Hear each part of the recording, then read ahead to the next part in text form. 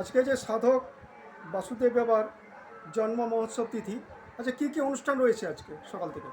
আজকে আমরা বক্রেশ্বর বাসুদেব মিশনে সাধক বাসুদেব পরমহংসের আবির্ভাব উৎসব পালন করছি। সকাল থেকে মঙ্গল আরতি, তারপরেই হয়েছে বেদপাঠ, তারপরে বিশেষ অর্চন, বাবার মহা অভিষেক, তারপরেই ছিল ভস্ম শৃঙ্গার এবং ভস্ম আরতি। তারপরে এখন তোমরা দেখতে পাবে বাবার রাজরাজেশ্বর বেশ, আর সঙ্গে একটু আগেই সমাধা হলো বাবার রাজভোগ।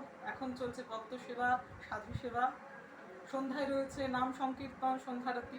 আচ্ছা, এর উদ্দেশ্য কী? মানুষের মধ্যে কি জাগাতে চাইছেন, এই বার্তা দিতে চাইছেন? আমার পরম গুরু সাধক বাসুদেব পরমহংস আমার পরমারাধ্যা গুরুমা জয়ামাকে বলে গেছিলেন যে আমি এবার সহজে যাচ্ছি না, 500 বছর বাঁচবো। তা আমরা মনে করছি যে বাসুদেব বাবা এখনো আমাদের মধ্যেই আছেন। তাই তার স্মৃতি, তার প্রসঙ্গই তার সঙ্গ।